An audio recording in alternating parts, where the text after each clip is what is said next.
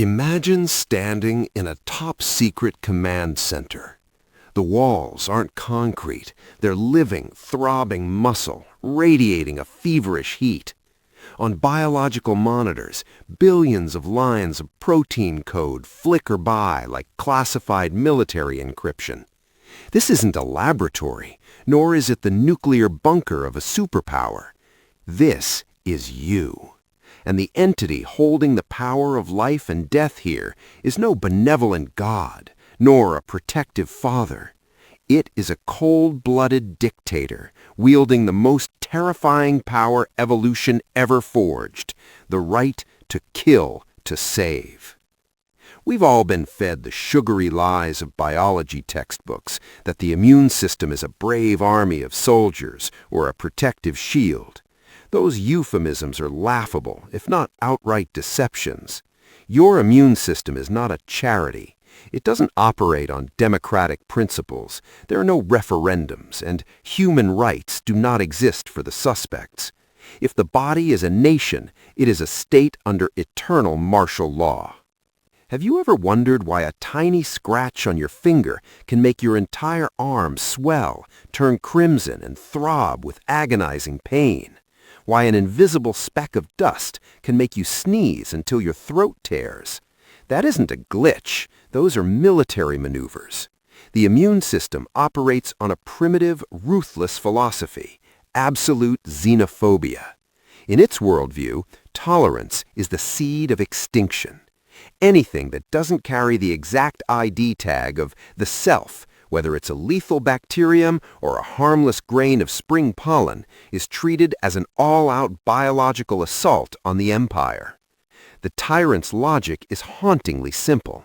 Better to execute 10,000 loyal citizens than to let a single foreigner slip through the cracks. Look at how it patrols.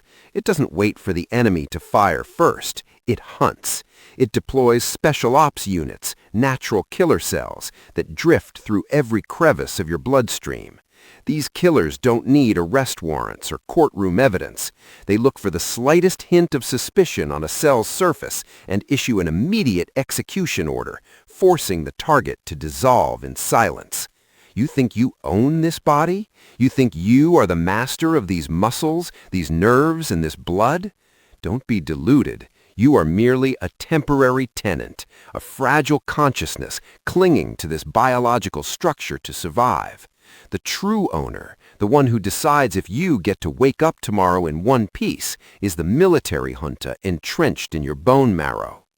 Protection isn't free. It comes at a cutthroat price paid in your own pain and exhaustion. You call them symptoms. The dictator calls them operating costs. When your fever spikes until you're delirious, that is the tyrant deciding to burn down the entire fortress just to smoke out a few hidden spies. When you are too drained to lift a finger, that is a state of emergency, an order to cut all civilian power to fuel the military's weapon reactors. This is life's greatest paradox. To be safe, we must accept brutality. To exist, we must nourish a tyrant in our veins. You cannot negotiate with it, you cannot bribe it, and you certainly cannot escape it. It knows exactly who you are, because it is the one that defines what you even means. If you think this cruelty is reserved for enemies, you are naive. A dictatorship built on fear eventually falls into its own trap, total paranoia. When a war machine is armed to the teeth but lacks empathy, it starts seeing ghosts everywhere. Look at autoimmune disease. This is when the tyrant loses the ability to tell the citizen from the invader. Imagine an elite squad sent to clear a bacterial infection in your knee. Instead of firing at the bacteria, they look at your smooth, healthy cartilage and scream, "Destroy!" That is rheumatoid arthritis. The tyrant has mistaken the very bricks of your home for the enemy's bombs. It rains chemical fire on your own joints, incinerating your mobility because of a single typo in an identification code. Or look at your gut, the silent battlefield of Crohn's disease. Your immune system suddenly views beneficial bacteria, the very citizens helping you digest, as terrorists plotting a coup. It turns the battlefield into a biological wasteland, ravaging your intestinal lining and cutting off its own supply lines. Why? Because in the dictionary of a dictator, ambiguity is a capital offense. If it's not 100% you, it's 100% the enemy. And let's not forget the absurdity of allergies, the peak of national-level paranoia.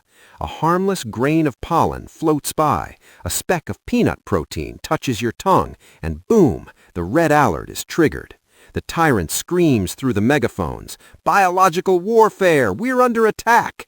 It mobilizes its entire arsenal of histamine missiles, dilating blood vessels until your blood pressure collapses and constricting your airways until you can't breathe.